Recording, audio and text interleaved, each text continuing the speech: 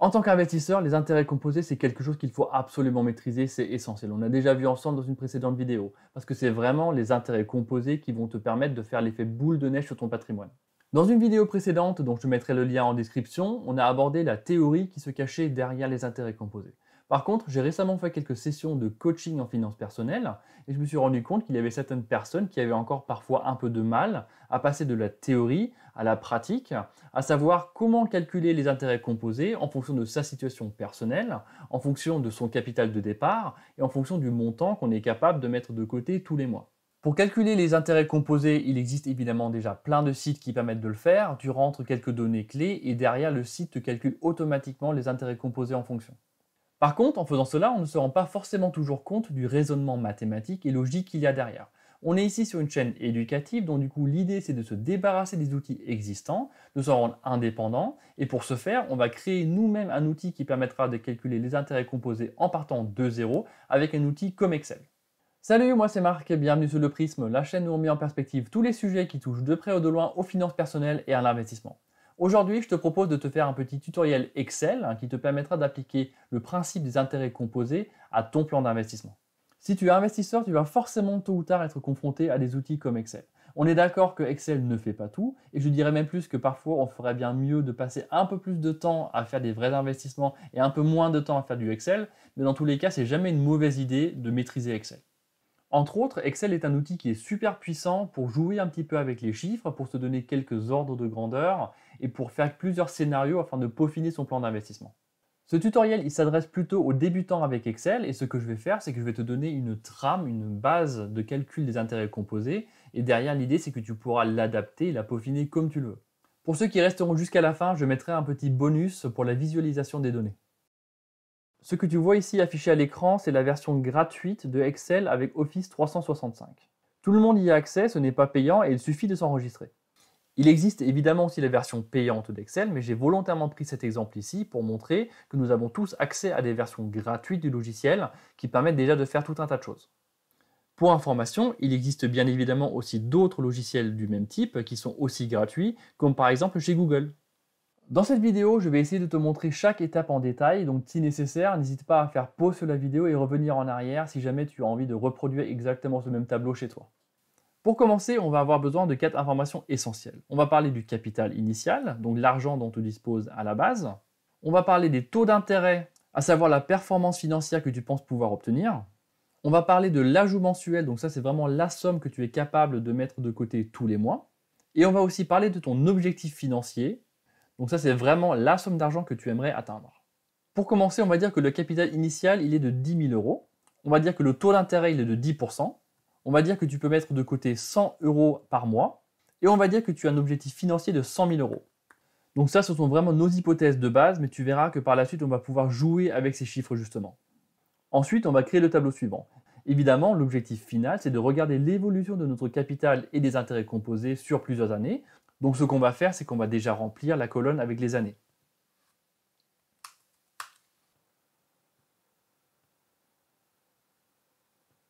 Arbitrairement, on va dire qu'on va regarder l'évolution des intérêts composés sur 25 ans, mais là on aurait aussi bien pu choisir 20 ou 30, peu importe, c'est vraiment arbitraire. Ce qu'on va faire ensuite, c'est qu'on va regarder l'évolution du capital et des intérêts mois après mois, et évidemment aussi année après année. Ici, ce que j'appelle la colonne début d'année, ça correspond au montant dont on dispose en début d'année. Ici, au tout début de la première année, le montant dont on dispose, ça correspond bien au capital initial. Donc je fais égal C1. Donc là, on voit bien qu'en début d'année 1, on a bien 10 000 euros qui correspond à notre capital initial. Ensuite, on va dire que tous les mois, on est capable de mettre 100 euros de côté et le rajouter au capital. Ce qu'on va faire, c'est qu'on va justement rajouter les 100 euros en janvier aux 10 000 euros déjà existants. Donc pour ce faire, simple, on fait égal B7 plus cette cellule ici pour ajouter les 100 euros. Ça fait bien 10 000 et 100 euros, 10 000 plus 100 euros. Petite astuce, tous les mois, le montant sera le même. Donc on va pouvoir bloquer ce chiffre-là dans la formule de 100 euros. Donc ce qu'on va faire, on va prendre la formule, aller sur C3 et appuyer sur F4. De cette manière, tu rajoutes ces signes $ là automatiquement et ça veut dire que tu as bloqué cette case. Ce que fait cette formule, c'est qu'elle regarde le montant qui se trouve à gauche de cette cellule Et la formule, elle rajoute à chaque fois 100 € à ce montant-là. Maintenant, ce qu'on peut faire avec cette cellule, c'est qu'on peut la sélectionner et la tirer vers la droite jusqu'en décembre. La formule, elle fait toujours la même chose. Je peux prendre un exemple arbitraire en mois de septembre par exemple, et je regarde. La cellule prend toujours le montant qui se trouve à gauche de la cellule en question, et à ce montant-là, la formule rajoute 100 € d'ici. Dans ce tableau, on voit bien que tu as effectivement ajouté 100 € à ton capital tous les mois. Et là, tu arrives donc en décembre avec 1200 € de plus qu'en début d'année. Tu as bien mis 100 € par mois pendant 12 mois. Ça fait bien 1200 €. 1200 € plus 10 000 €, ça fait bien 11 200 €. Dans mon tableau, je vais faire l'hypothèse que tu touches tes intérêts toujours à la fin de l'année au 31 décembre. Donc là, tu te retrouves en décembre avec un montant de 11 200 €. Et tu sais que tu vas avoir 10% d'intérêt dessus. Là, ce qu'on va faire, c'est qu'on va effectivement faire le calcul. On va dire, tu as bien 11 200 € que multiplie 10% de taux d'intérêt. Ici, c'est pareil, je vais bloquer cette cellule avec le taux d'intérêt de 10% en faisant F4. Et le résultat, il est bien là. Quand tu touches 10% d'intérêt sur un montant de 11 200, tu as bien 1120 € d'intérêt. Ces 1120 € d'intérêt s'ajoutent évidemment au capital existant. Donc tu vas avoir un nouveau capital de 11 200 € plus 1120 € est égal à 12 320 €. Donc ça, c'est ton nouveau capital que tu as à la fin de l'année 1. Si ce capital-là, tu l'as à la fin de l'année 1, eh bien, évidemment, tu l'as aussi en début d'année 2. Donc ce que je vais faire ici, je vais simplement dire le début d'année 2 correspond à la fin de l'année 1 en faisant égal et je sélectionne la cellule avec les 12 320 € qui est le nouveau capital. Là, rebolote, on va continuer à mettre tous les mois 100 € au capital existant. Donc ce qu'on va faire, c'est qu'on va ici prendre égal le montant du capital en début d'année auquel on va rajouter encore une fois 100 €. Pareil, j'ai oublié de bloquer les 100 €, donc je le fais maintenant. Rebolote, avec la magie d'Excel, on peut tirer cette formule-là vers la droite jusqu'à décembre. Et là aussi, encore une fois, on voit que tous les mois, on ajoute 100 € jusqu'à ce qu'on atteigne décembre, avec 13 520 €. Rebelote, on va maintenant retoucher encore une fois 10% de ce montant-là en intérêt. Et vu qu'on a déjà fait le calcul dans la ligne précédente, il s'agit d'appliquer la même chose en tirant ce calcul-là vers le bas. C'est juste, on a bien 10% de 13 520 qui sont 1352 €. Ces 1352 €, on les ajoute au capital existant, donc rebelote. On avait déjà fait le calcul dans la ligne précédente, on tire vers le bas, et ça fait bien 14 872 €. Là, je t'ai fait pratiquement tous les calculs à la main, mais maintenant, on va justement se servir de la puissance d'Excel et tout faire de manière automatique. Donc là, je sélectionne la dernière ligne des calculs qu'on vient de faire ensemble. Et à droite, là, tu vois le petit carré qui se situe en bas de la cellule. Si tu fais maintenant double-clic là-dessus, ça va tout dérouler d'un coup. En gros, là, tu as directement ton plan des intérêts composés sur 25 ans fait de manière automatique via Excel. Tu peux descendre en bas et voir ce que ça donne au bout de 25 ans, mais comme on a dit, tu peux en faire 25 ou même 30 ou 40, peu importe, parce que maintenant, tout est automatisé. Ici, j'ai fait le choix de détailler le calcul des intérêts et du nouveau capital, mais on aurait bien évidemment pu le faire en une seule étape. J'ai fait le choix de détailler les deux calculs parce qu'on est encore une fois dans une vidéo éducative, et encore une fois, ce tableau il permet maintenant de montrer l'évolution de la croissance des intérêts en soi. Comme on l'avait déjà vu dans la vidéo précédente au sujet des intérêts composés, on a non seulement le capital qui fait une croissance exponentielle, mais on a aussi des intérêts en soi qui font une croissance exponentielle. Si maintenant on reprend notre objectif financier qui était de 100 000 €, eh bien on peut regarder assez rapidement dans le tableau où il se trouve les 100 000 €, et les 100 000 € se trouvent ici pour la première fois.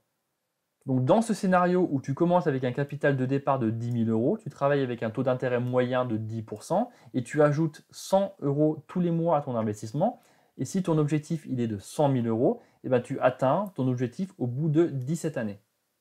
Maintenant, ce que tu peux faire avec ce tableau, c'est justement jouer avec les chiffres. Et c'est vraiment ça qui fait tout l'intérêt de cet outil. Tu peux très bien dire, mon capital initial, ce n'est pas 10 000 €, mais mettons maintenant 20 000 €. Si tu réussis à mettre 20 000 € de capital au lieu de 10 000 €, ton objectif de 100 000 €, tu l'atteins au bout de 13 ans. Avec un capital initial de 10 000 €, il te fallait 17 ans pour atteindre l'objectif de 100 000 € de capital.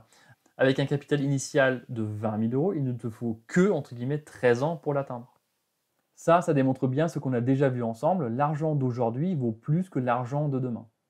L'argent que tu as aujourd'hui, tu peux le mettre à travailler tout de suite et donc tu profites tout de suite de l'effet des intérêts composés. Alors que l'argent que tu auras demain, après-demain, dans un an, dans 10 ans, eh ben, tu vas perdre tout ce temps-là pour le faire travailler. Donc l'argent d'aujourd'hui vaut plus que l'argent de demain.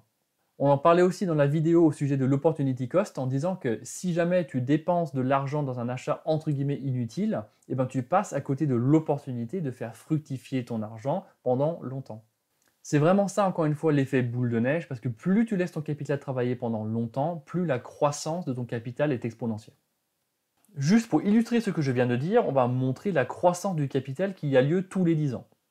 Dans cet exemple, en fin d'année 1, on a un capital de 23 000 euros, et en fin d'année 10, on a un capital à 72 000 euros. Donc ça fait à peu près un capital qui a fait une croissance de 50 000 euros. Maintenant, on va regarder la croissance du capital entre l'année 10 et l'année 20. En année 10, on est bien à 72 000 euros. En année 20, on est à 210 000 euros. Donc là où entre l'année 1 et l'année 10, on a fait une croissance à 50 000 euros, entre l'année 10 et l'année 20, on a fait une croissance à 140 000 euros. De la même manière, regardons maintenant entre l'année 20 et l'année 30. En année 20, on est bien à 210 000 euros. Et en année 30, on est à 560 000 euros. Donc là où entre l'année 10 et l'année 20, le capital a fait une croissance de 140 000 euros, entre l'année 20 et l'année 30, le capital a fait une croissance de 350 000 euros. C'est vraiment ça l'effet boule de neige. Plus ton capital travaille pendant longtemps, plus ton capital fait de la croissance exponentielle. Tu le sais certainement déjà, mais tout ce tableau-là que tu as sous les yeux, on peut aussi l'afficher de manière graphique. Pour ce faire, on va sélectionner toutes les années. Et on va aussi sélectionner le nouveau capital à la fin de chacune de ces années. Ensuite, tu peux aller sur Insérer. Et ensuite, tu as un onglet avec des graphiques, comme par exemple celui-ci. Et là, ce que tu as sous les yeux, tu as bien une courbe exponentielle qui t'affiche l'évolution du capital en fonction du temps que tu le laisses travailler. Ça, c'était vraiment juste une toute petite parenthèse, mais je voulais te montrer autre chose comme petit bonus pour la fin. Pour le petit bonus, revenons justement à notre objectif financier des 100 000 euros. Maintenant, je vais te montrer un moyen très simple qui te permet de mettre en évidence en un coup d'œil la date à laquelle tu vas atteindre ton objectif de 100 000 euros dans ce tableau. Pour ce faire, je vais sélectionner toutes les cellules de janvier à décembre jusqu'en bas du tableau. Et ensuite, je vais aller ici sur, en français, ça devrait être un truc du genre mise en page conditionnelle. Je vais mettre en évidence certaines cellules qui sont supérieures à un certain montant. Donc ce que je vais faire, c'est que je vais remonter dans mon tableau ici. Je vais dire que je veux que le tableau mette en évidence toutes les cellules dont les chiffres sont supérieurs à mon objectif. Donc ici, la case 100 000 euros. Si c'est le cas, je veux que la case soit mise en évidence en couleur verte. Ensuite, je clique OK. Et nous y voilà, maintenant, toutes les cases dont le montant est supérieur à 100 000 euros sont mises en évidence en vert.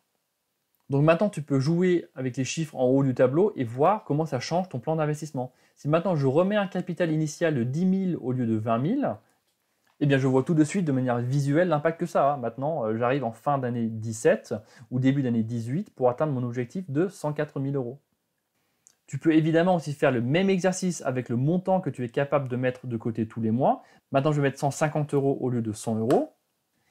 Et bien là où à l'instant il fallait que j'attende le début de l'année 18 pour obtenir mon objectif de 100 000 euros, en changeant mon paramètre et en mettant maintenant 150 euros de côté au lieu de 100 euros par mois, maintenant il faut que j'attende le début de l'année 16.